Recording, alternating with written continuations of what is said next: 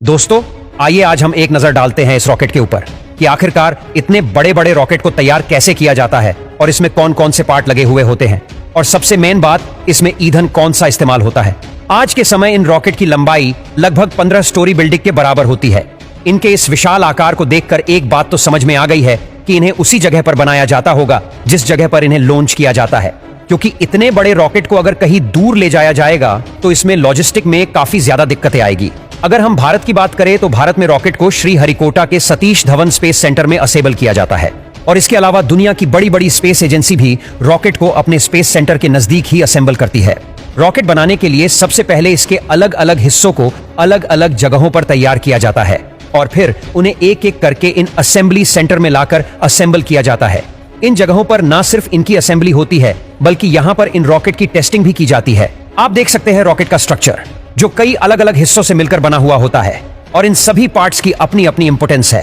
इस रॉकेट में total 3 million से भी ज्यादा छोटे छोटे पार्ट्स मौजूद है और ये सभी के सभी ऑपरेशन के समय क्रूशियल रोल प्ले करते हैं।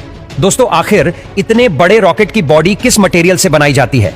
रॉकेट की बॉडी को बनाने के लिए ज्यादातर एल्यूमिनियम धातु का इस्तेमाल किया जाता है और इसके अलावा लाइट वेट टाइटेनियम, पॉलीयूरेथेन और कोर्क का इस्तेमाल इन रॉकेट के अलग अलग कंपोनेंट्स को बनाने में होता है। अब रॉकेट को बनाने के लिए इंजीनियर रॉकेट को 4 अलग अलग कंपोनेंट्स में डिवाइड करते हैं, जिन्हें propulsion system, guidance system, structural system और पेलोड सिस्टम कहा जाता है। रॉकेट के ज्यादातर हिस्सों को मशीन की मदद से बनाया जाता है और इसी वजह से इनके खराब होने की प्रोबेबिलिटी भी काफी कम होती है। रॉकेट की ऊपरी सतह कोन की शेप में होती है और इसमें सबसे आगे लगी हुई चीज को पेलोड सिस्टम कहते हैं और इसे नोज कोन भी कहा जाता है। दोस्तों, इस पेलोड वाले हिस्से में ही स्पेस में ले जाने वाले ऑब्जेक्ट को रखा जाता है जो स्पेस में जाते ही रॉकेट से अलग हो जाता है। इसके बाद आता है गाइडेंस सिस्टम, जो काफी अलग अलग चीजों से मिलकर बनाया गया होता है। इस हिस्से में अलग अलग सेंसर मौजूद होते हैं। इसके अलावा यहाँ पर कंप्यूटर्स भी लगे होते हैं। रडार और अन्य कम्युनिकेशन के लिए इस्तेमाल किए जाने वाले कंपोनेंट्स भी यहाँ पर लगे होते हैं। इन दोनों हिस्सों के बाद अब आते हैं नीचे वाले हिस्से की तरफ, जिसे प्रोपल्शन सिस्टम कहा जाता है, जिसे 2 अलग अलग क्लास में डिवाइड किया हुआ है। एक है लिक्विड रॉकेट प्रोपल्शन तो दूसरा है सॉलिड रॉकेट प्रोपल्शन।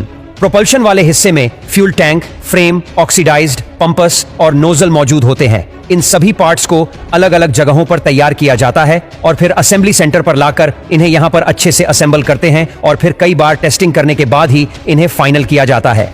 रॉकेट के अंदर 2 अलग अलग फ्यूल टैंक मौजूद होते हैं। एक में लिक्विड ऑक्सीजन मौजूद होती है तो दूसरे में लिक्विड हाइड्रोजन मौजूद होता है, जिन्हें पावरफुल पंप की मदद से नीचे मौजूद कन्वर्शन चैम्बर में बंद किया जाता है। दोस्तों, यह प्रक्रिया काफी तेजी से की जाती है, जिसकी वजह से रॉकेट से निकलने वाली गैस थ्रस्ट पैदा करती है और फिर रॉकेट तेजी से आसमान की तरफ जाने लगता है। आज के समय में कई देश स्पेस टेक्नोलॉजी में अपना हाथ आजमा रहे हैं, अब चाहे वो रशिया हो, अमेरिका हो या फिर भारत। इन तमाम देशों की स्पेस एजेंसी धरती से दूर स्पेस में मौजूद उस दुनिया को एक्सप्लोर करने की कोशिश कर रही है और इस दौरान कई सारे स्पेस मिशन लॉन्च किए जाते हैं, जिनके जरिए स्पेस की हर एक चीज को ऑब्जर्व किया जाता है।